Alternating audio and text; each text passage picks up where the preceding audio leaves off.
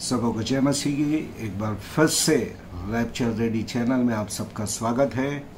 प्रभु ने मौका दिया कि एक और नए वीडियो के साथ आप लोगों के पास मैं आ सका और आज हम बात करेंगे परमेश्वर के पर्व के बारे में, क्योंकि ये सितंबर का महीना इज़राइलियों के लिए उनके पर्व का महीना है। और आज मैं आपसे परमेश्वर के पर्व और इसके प्रॉफिटिक मीनिंग के बारे में बात करूंगा। उससे पहले इसके पहले वीडियो को अगर आपने नहीं देखा तो आप जरूर देखें, जो कि प्रभु यीशु मसीह के आगमन को, अति शीघ्र आगमन के बारे में है। रेड हैपर जो अभी इज़राइल में प्राप्त हुआ है उसके बारे में मैंने डाला है, जो कि हमें बतलाता है कि प्रभु यीशु मसीह का आगमन अति करीब है। और ये 7 पर्व जिसके बारे में आज हम बात करेंगे, ये 7 वो प्रॉफिटिक पर्व है जो परमेश्वर ने इज़राइलियों को दिया। और यदि आप इसके बारे में देखने के लिए निकाल लें तो लेवी व्यवस्था की पुस्तक उसके 23 अध्याय में इसके बारे में वर्णन किया गया है। लेवी व्यवस्था लेविटिकस चैप्टर 23 उसके 1 और 2 में इस प्रकार से लिखा है, फिर यहोवा ने मूसा से कहा, इज़राइलियों से कहा कि यहोवा के पर्व जिनका तुमको पवित्र सभा इकट्ठा करने के लिए नियत समय पे प्रचार करना होगा, वे मेरे ही पर्व है। तो पहली बात, इज़राइलियों से कहे यहोवा के पर्व, और ये किसी खास पर्टिकुलर लोगों का पर्व नहीं है, इज़राइलियों का पर्व नहीं है, ईसाइयों का पर्व नहीं है, ये किसी संस्था का, किसी पर्टिकुलर चर्च का पर्व नहीं है। बाइबल कहती है ये परमेश्वर का पर्व है। और परमेश्वर का पर्व होने के नाते ये सभी विश्वासी लोगों के लिए है। कई बार मसीहों को इससे वंचित रखा गया क्योंकि ये इज़राइलियों का पर्व है। बाइबल में कहीं भी नहीं लिखा ये पर्व जिसके बारे में हम बात कर रहे हैं ये इज़राइलियों का पर्व है, यहूदियों का पर्व है। ये परमेश्वर का पर्व है जिसे परमेश्वर ने उसके लोगों को, जो उसके ऊपर विश्वास करते हैं, मानने के लिए दिया। तो लेवी व्यवस्था की पुस्तक में पहली बात मैं आपको बतलाऊं, 23 अध्याय में 7 पर्व दिए गए, 7 फीस्ट, 7 पर्व दिए गए। पहला इसमें सिग्निफिकेंट है 7। वाई 7? Why not 5? क्यों नहीं 5? क्यों नहीं 8?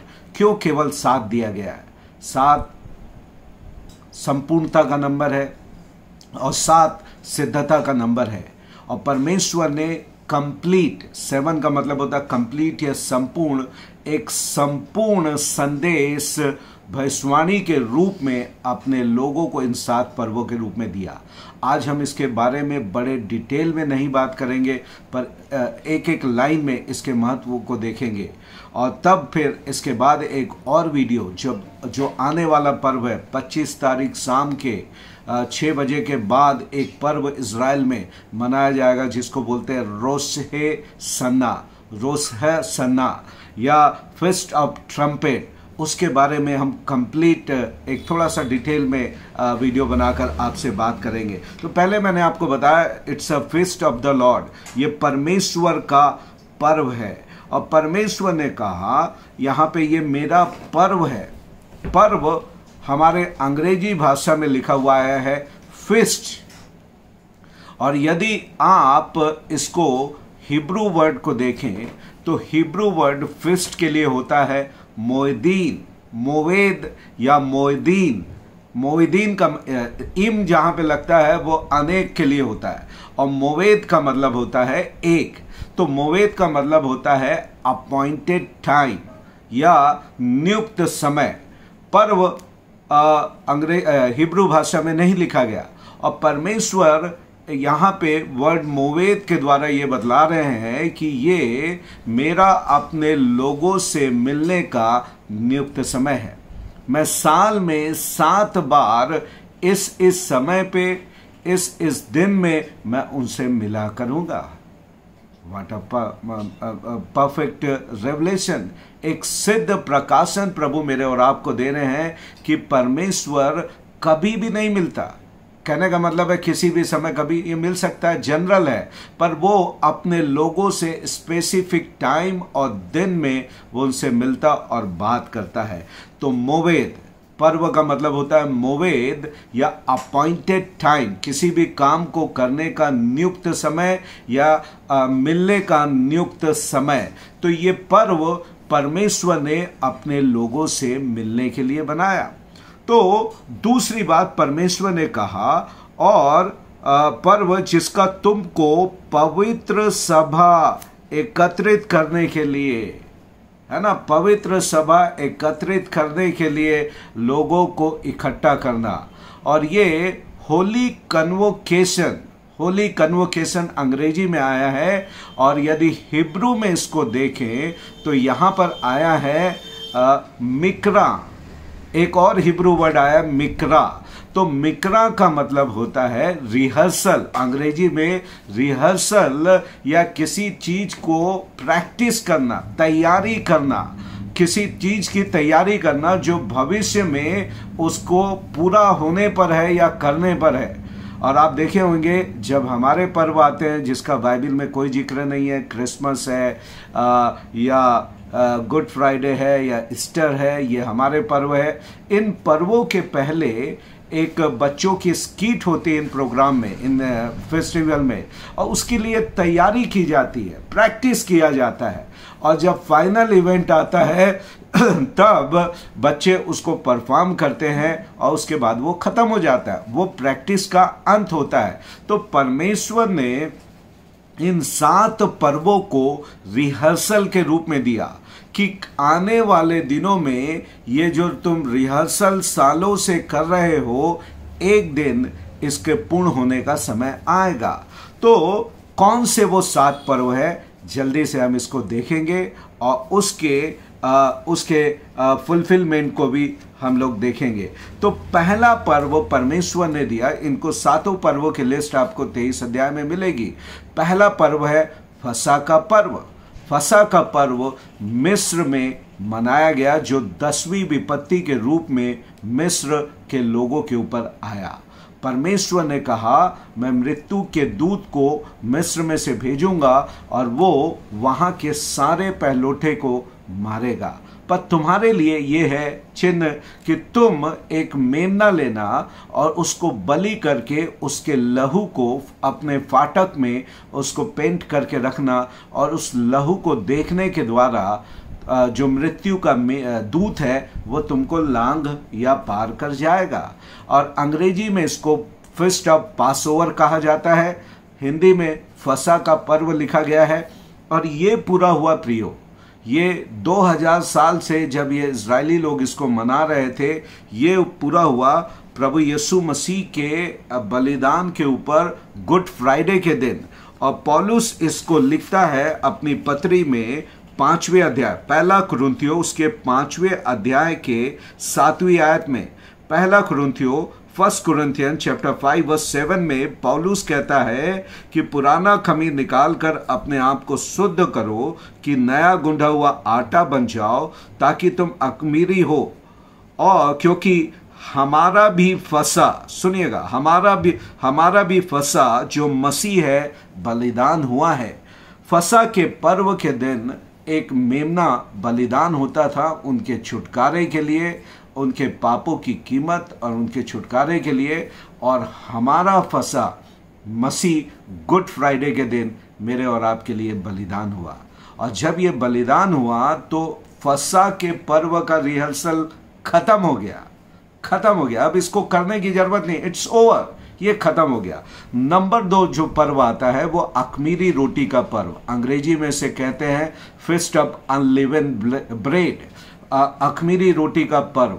और ये 7 दिन तक के मनाया जाता है। फसह के पर्व से 7 दिन तक इसको मनाया जाता है। और परमेश्वर ने कहा फसह के पर्व से लेकर 7 दिन तक तुम्हारे घर में कोई खमीर दिखाई ना दे। इसका मतलब है जब ये फसह खाओगे तो साथ में आपको अखमीरी रोटी खाना पड़ेगा। अखमीरी का मतलब होता है बिना खमीर की रोटी। और खमीर को बाइबल में पाप की संख्या अनेक बार दी गई है, अर्थात बिना पाप के पवित्र जीवन। और परमेश्वर इसके द्वारा कहना चाहता है कि प्रभु यीशु मसीह जो कि हमारा सिनलेस लैम्ब है, बिना दोष का, बिना पाप का मेमना है, वो मेरे और आपके लिए बलिदान हुआ है। अभी हमने इसको पढ़ा, पहला कुरिन्थियों 5वां अध्याय और उसकी 7वीं आयत में लिखा है, पुराना खमीर, पहला कुरिन्थियों 5:7 में, पुराना खमीर निकाल कर अपने आप को शुद्ध करो कि नया गूंदा हुआ आटा बन जाओ, ताकि तुम अखमीरी हो, बिना खमीर के या बिना पाप के हो। और आगे लिखता 8वीं आयत में, इसलिए आओ हम उत्सव में आनंद मनावे, ना तो पुराने खमीर से और न बुराई और दुष्टता के खमीर से, परंतु सिधाई और सच्चाई की अखमीरी रोटी से, अर्थात बिना पाप के। और कितने दिन तक? 7 दिन तक। प्रभु यीशु मसीह का लहू और उसका बलिदान आपको 7 दिन, जो कि मनुष्य के 7000 साल के बराबर है, वो आपको पवित्र करके रखेगा। ये दूसरा पर्व है अखमीरी रोटी का। नंबर 3 में अगर आप आएंगे तो वहां पे है फर्स्ट फ्रूट या पहली उपज का पर्व या नई फसल का पर्व, पहली उपज का पर्व इसे कहा जाता है। और ये जो पहली उपज होती है वो परमेश्वर की होती है। और यदि आप इसको देखें तो ये तीसरे दिन मनाया जाता है। तीसरे दिन इस पर्व को इजरायली लोग जब 14 तारीख के फसह का पर्व मनाते हैं, 15 तारीख से अखमीरी रोटी आन होता है, तो 17वें तारीख के पहले महीने के अबीब महीने के 17 तारीख के इसको मनाते हैं, अर्थात तीसरे दिन। और यदि आप हमको देखें तो ये पर्व जो है, पहली उपज जो होती है वो परमेश्वर को बलिदान करते थे, जो ग्रहण योग्य होती थी। पौलुस इसको कहता है, पहला कुरिन्थियों उसके 15 अध्याय के उसके 22 आयत को हम आपके लिए पढ़ेंगे, 23 आयत को। पहला कुरिन्थियों 15 अध्याय उसकी 23 में लिखता है, परंतु हर एक अपनी अपनी बारी से पहला फल मसीह, फिर मसीह के आने पर उसके लोग होंगे। 20वीं आयत में लिखता है, परंतु सचमुच मसीह मुर्दों में से जी उठा है, और जो सो गए हैं उनमें पहला फल हुआ है। मुर्दों में से जी उठने का पहला फल हुआ है।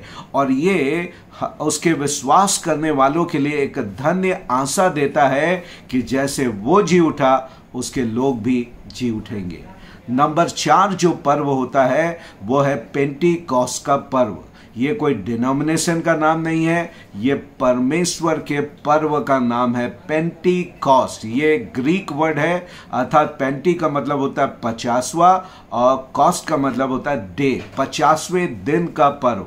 अच्छा, अर्थात 50वें दिन में इस पर्व को मनाया जाना। और इस दिन ये पर्व पूरा हुआ प्रेरितों के काम 2 अध्याय में, जब परमेश्वर का पवित्र आत्मा पैदा हुआ हमारे लोगों के ऊपर, 120 लोगों के ऊपर पवित्र आत्मा उतरा और कलीसिया का जन्म हुआ, कलीसिया पैदा हुई। और ये पेंटिकॉस्ट का दिन था, इस पर्व में कलीसिया का जन्म हुआ। तो ये 4 पर्व जो थे प्रभु यीशु मसीह के पहले आगमन में पूरे हो गए। इसको फॉल फेस्ट कहा जाता है ना। और ये पहले आगमन में पूरे हो गए। अब जो दूसरा पार्ट है स्प्रिंग फेस्ट, ये इसमें 3 बच गए, जो कि प्रभु यीशु मसीह अपने दूसरे आगमन में पूरा करेंगे। तो दूसरे आगमन का पहला और 5वें नंबर का पर्व होता है फीस्ट ऑफ ट्रम्पेट, जिसको हिब्रू भाषा में रोशे सना कहा जाता है, या फीस्ट ऑफ ट्रम्पेट या तुरही का पर्व ये कहा जाता है, जो कि अब 25 तारीख के शाम, सितंबर महीने, हमारे इस महीने के 25 तारीख के शाम 6 बजे से 27 तारीख के शाम 6 बजे तक इसको मनाया जाएगा। 2 दिन ये पर्व मनाया जाता है। और इसका सिग्निफिकेंट है कि पौलुस पहला कुरिन्थियों 15 अध्याय और पहला कुरिन्थियों उसके 4 अध्याय में कहता है प्रभु यीशु मसीह की तुरही फूकी जाएगी और जैसे मसीह जी उठा उसके लोग इस तुरही के फूके जाने के बाद जी उठेंगे और बादलों में प्रभु से मिलने के लिए उठा लिए जाएंगे।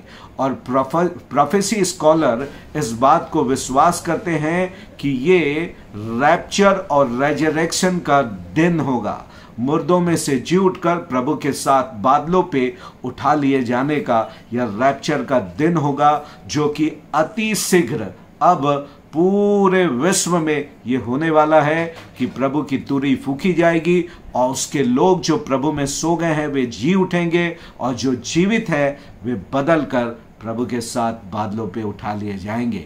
इसके बारे में हम बात करेंगे अगले वीडियो में।